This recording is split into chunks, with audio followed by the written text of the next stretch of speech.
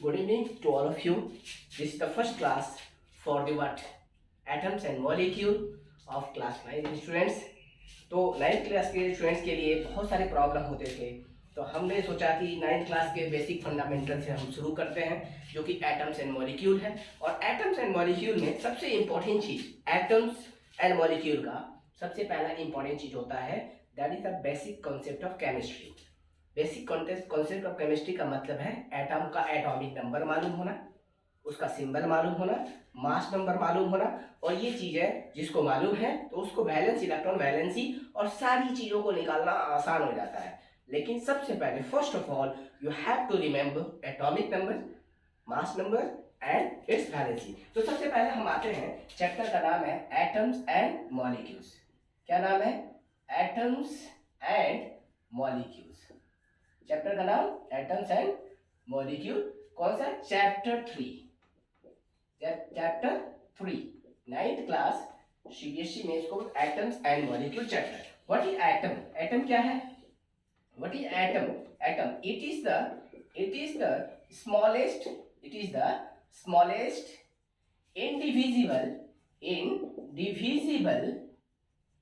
indivisible particle of matter, particles of matter which takes part in a chemical reaction, which takes part in a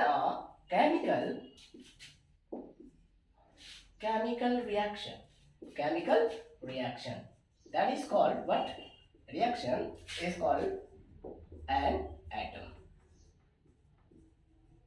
तो हमें सबसे पहले जानना है इसका फंडामेंटल।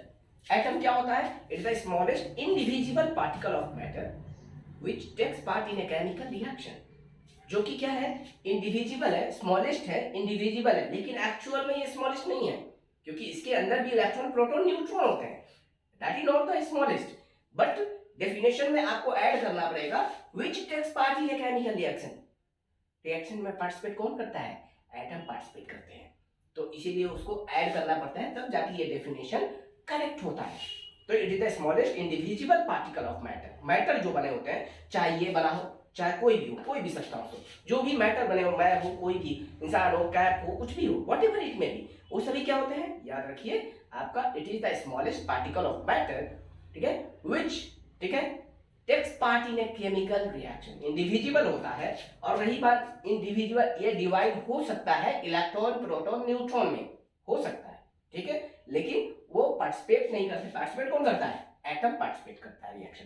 अब जरा ध्यान से देखिए, एटम क्या होता है समझ में आ गया। मॉलिक्यूल जैसे कि एग्जांपल में ले सकते हैं, एग्जांपल में sodium atom, potassium atom, oxygen atom, nitrogen atom etcetera. जब ये इंडिविजुअल फॉर्म में होते हैं तो वो एटम होते हैं, इंडिविजुअल फॉर्म में एटम होते हैं। अब आते हैं, क्वेश्चन होता है कि व्हाट इज मॉलिक्यूल? मॉलिक्यूल क्या होता है? मॉलिक्यूल्स क्या होता है? इट इज द स्मॉलेस्ट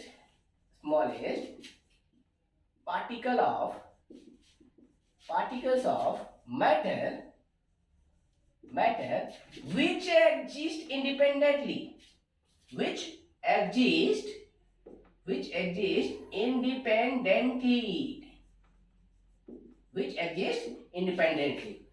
तो it is the smallest particle of matter which exists independently, that is called, याद रखिए एग्जांपल में जैसे कि O2, N2, Cl2, CO2, ये सभी क्या है? आपके मॉलिक्यूल होते हैं, जो कि मान लीजिए एयर में कार्बन डाइऑक्साइड होता है, ऑक्सीजन होता है, O2 होता है, नाइट्रोजन होता है। तो नाइट्रोजन किस फॉर्म में होता है? N2 के फॉर्म में होता है, ना कि ये फॉर्म में। दैट इस फॉर्म में एग्जिस्ट नहीं करता है। एग्जिस्ट किस फॉर्म में करता है? इस फॉर्म में। तो जो एग्जिस्ट करता है मॉलिक्यूलर फॉर्म में होता है, जो नॉर्मली एग्जिस्ट नहीं करता वो एटॉमिक फॉर्म में होता है। बात समझ में आया? तो याद रखिए मॉलिक्यूल क्या है? It is the smallest particle of matter which exists independently. It is also a smallest particle of matter which takes part in a chemical reaction, but it will not exist independently. And the definition, what is the difference between atoms and molecule? It will not exist independently. ठीक है, it will exist it will not exist independently, it will exist independently, वो अपने आप exist करेगा, किसी का सहारा नहीं चाहिए। ये क्या होता है, स्मॉलर होता है साइज, इसका क्या होता है, लार्जर देन दी एटम होता है। It is smaller than the molecule, molecule का साइज क्या होता है, लार्जर देन दी एटम होता है। तो ये डिफरेंस भी आप लिख सकते हो एटम और मॉलिक्यूल का। ये रिएक्शन में पार्टिसिपेट करता है, मॉलिक्यूल रिएक्शन में पार्टिसिपेट डायरेक्ट नहीं करता है। फर्स्ट ऑफ ऑल ये ब्रेक होता है एटम में, ये ऑक्सीजन है तो ये ब्रेक होता है, ये ऑक्सीजन अलग होता है, ये अलग होता है, तब पार्टिसिपेट करता है वो रिएक्शन में। ठीक है, तो ये रहा आपका फंडामेंटल एटम्स क्या होते हैं एंड मॉलिक्यूल्स क्या होते हैं। हम इसमें आगे बढ़ने से पहले हमको सबसे पहले ये जानना होगा कि एटम्स एंड मॉलिक्यूल का सबसे इंपॉर्टेंट चीज, बेसिक फंडामेंटल, उसको बोलते हैं फंडामेंटल ऑफ केमिस्ट्री। क्या कहते हैं, फंडामेंटल ऑफ केमिस्ट्री। और फंडामेंटल ऑफ केमिस्ट्री में सबसे पहले इंपॉर्टेंट चीज है हमको जानना, क्या, that is what is atomic number, what is atomic number, what is mass number and what is क्या, सिंबल ऑफ द एलिमेंट। तो सबसे पहले हम आते हैं कि एटॉमिक नंबर क्या होता है, what is atomic number. Atomic number में हम जब आते हैं तो एटॉमिक नंबर का डेफिनेशन याद रखिए, जिसको एटॉमिक नंबर अगर एलिमेंट का याद है उसका केमिस्ट्री में बहुत सारी चीजें 9th 10th में आसान हो जाता है। एटॉमिक नंबर क्या है, it is the number of proton, it is the number of proton present in the nucleus of an atom. Nucleus of an atom is called as atomic number. क्या कहते हैं हम, एटॉमिक नंबर कहते हैं। जो nucleus के अंदर, मान लीजिए एक एटम है, एटम का ये क्या है, न्यूक्लियस है, इसके अंदर ध्यान में रखिएगा, इस न्यूक्लियस के अंदर क्या होता है, प्रोटॉन होता है और साथ में क्या होता है, न्यूट्रॉन होता है। और इस सेल में अंदर क्या होते हैं, के एल एम, इस सेल के अंदर क्या होते हैं, इलेक्ट्रॉन होता है। एटम के अंदर, ये एटम का स्ट्रक्चर है, this is the structure of atom, तो स्ट्रक्चर ऑफ एटम में जो सेल होते हैं के एल एम एन, उस सेल के अंदर इलेक्ट्रॉन होता है और जो न्यूक्लियस होता है, इस न्यूक्लियस के अंदर क्या होते हैं, याद रखिए, प्रोटॉन होते हैं और न्यूट्रॉन होते हैं। और ये प्रोटॉन डिफाइन करता है कि एटॉमिक नंबर क्या होगा। Clear, what is atomic number, it is the number of proton present in the nucleus of an atom. एक एटम के न्यूक्लियस में कितना प्रोटॉन है वो डिफाइन करेगा कि उसका एटॉमिक नंबर क्या होगा। ठीक है, इसी को क्यों चूज किया गया, आपके दिमाग में क्वेश्चन ये आना चाहिए, सर इसी को क्यों चूज किया गया, क्योंकि याद रखिएगा न्यूट्रल चार्ज होता है, ये क्या होता है, ना पॉजिटिव होता है ना निगेटिव होता है। प्रोटॉन का पॉजिटिव चार्ज होता है एंड इलेक्ट्रॉन का क्या होता है, प्रोटॉन का पॉजिटिव चार्ज होता है, इलेक्ट्रॉन का क्या होता है, निगेटिव चार्ज होता है।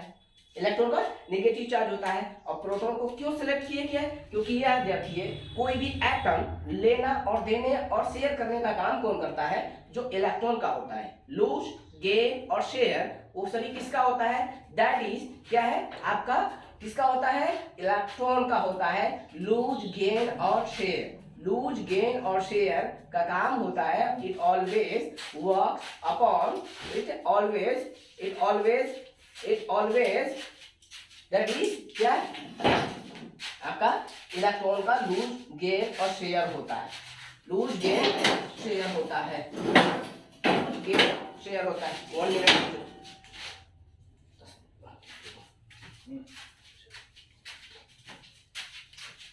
सॉरी स्टूडेंट्स, एक्चुअल में वो सामान निकालना है तो आवाज हो रहा है ना। Atomic number. अब आते हैं मास नंबर। मास नंबर याद रखिएगा, it is denoted by jet. ठीक है, it is denoted by what, jet. Mass number क्या होता है, it is the total number of proton and neutron present in the nucleus of an atom, present in the nucleus of an atom. Clear? तो क्या हुआ, एक nucleus के अंदर कितने प्रोटॉन और न्यूट्रॉन होते हैं वो क्या कहलाते हैं, that is called as proton and neutron is called as the mass number.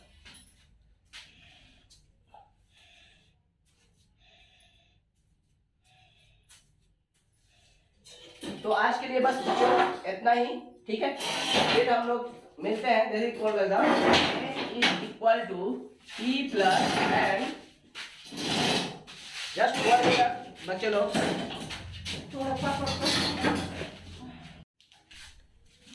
तो बच्चों ध्यान से देखिए, अभी ब्रेक हमने थोड़ा सा ले लिया था, सॉरी फॉर दैट. ये क्या है, मास नंबर हमने पढ़ा रहे थे. A is equal to P plus N. P मतलब प्रोटॉन, N मतलब neutron. P means what, proton, and N for neutron. तो कितने प्रोटॉन और न्यूट्रॉन होते हैं that is called as the mass number. उसी तरह से atomic number that is equal to number of proton, that is also equal to number of electron. किसके लिए, for neutral atom, for neutral atom. If atom is neutral then it is called as what, atomic number. तो अब इस पे ध्यान में रखिए, A is equal to हम क्या लिख सकते हैं, that is Z plus and also can be written. मतलब mass number that is equal to atomic number plus neutron. और न्यूट्रॉन को निकालने के लिए हम क्या कर सकते हैं, A minus Z means number of neutron that will be equal to the mass. क्या है, that A is mass number minus atomic number. तो इस तरह से हम क्या निकाल सकते हैं, find the electron, proton and neutron. तो हम इलेक्ट्रॉन, प्रोटॉन और न्यूट्रॉन को कैलकुलेट कर सकते हैं. ये फॉर्मूला सबसे, ठीक है. तो याद रखिएगा, जितने प्रोटॉन होते हैं उतना ही इलेक्ट्रॉन होते हैं एक एटम के अंदर. एक एटम के अंदर जितने प्रोटॉन होते हैं उतना ही इलेक्ट्रॉन होते हैं. मतलब नंबर ऑफ प्रोटॉन. एक बात याद रख सकते हैं, काम की बात, ये बात को लिख लीजिए. क्या, number of proton equal to number of electron in an atom. क्या है, number of proton equal to number of electron in an atom that is equal. ये क्या होता है, इक्वल होता है. ओके. तो याद रखिए ये सब चीजें हैं जो कि यहाँ पर आपका काम करता है. तो number of proton plus equal to, अगर ये आपको मालूम है, एटॉमिक नंबर मालूम है, तो एटॉमिक नंबर मालूम है तो आपको निकाल सकते हैं इजीली. मास नंबर मालूम है तो आपको न्यूट्रॉन निकाल सकते हैं. तो मेन चीज आपको हेल्प क्या होगी, आपको इलेक्ट्रॉन कितने हैं, प्रोटॉन कितने हैं, न्यूट्रॉन कितने हैं, आप आइडेंटिफाई कर सकते हैं. इलेक्ट्रॉन, प्रोटॉन, न्यूट्रॉन मालूम चल जाएगा तो इससे क्या हो जाएगा, आपको उसका केमिकल प्रॉपर्टी बनाने में आसानी होगी. कैसे, to electronic configuration, to do what, electronic configuration. अगर आपको इलेक्ट्रॉनिक कन्फिगरेशन हो गया तो वैलेंसी इलेक्ट्रॉन पता चलेगा, वैलेंसी पता चलेगा, जिसकी वजह से आप कंपाउंड का फॉर्मूला क्या होता है वो जान सकते हैं. तो उसके लिए हम, सॉरी फॉर थोड़ा सा नेक्स्ट क्लास लूंगा, ठीक है. मेरा तबीयत भी उतना अच्छा नहीं है अभी पढ़ाने के लिए, सर्दी जुकाम हुआ है. तो आज के लिए बस इतना ही. बेसिक फंडामेंटल था, थोड़ा सा मैंने पढ़ाया, ठीक है. नेक्स्ट क्लास में, नेक्स्ट वीडियो में जल्दी मैं 1-2 दिन के अंदर डाल देता हूँ, ठीक है. अगर आपको पढ़ाई पसंद आया हो, अगर और कोई चीज डाउट है तो आप कमेंट बॉक्स में जाइए, अपना प्रॉब्लम लिखिए और क्या है, प्रॉब्लम के नीचे अपना सॉल्यूशन पाइए, ठीक है. Please like and subscribe and also share with your friends. Bye bye.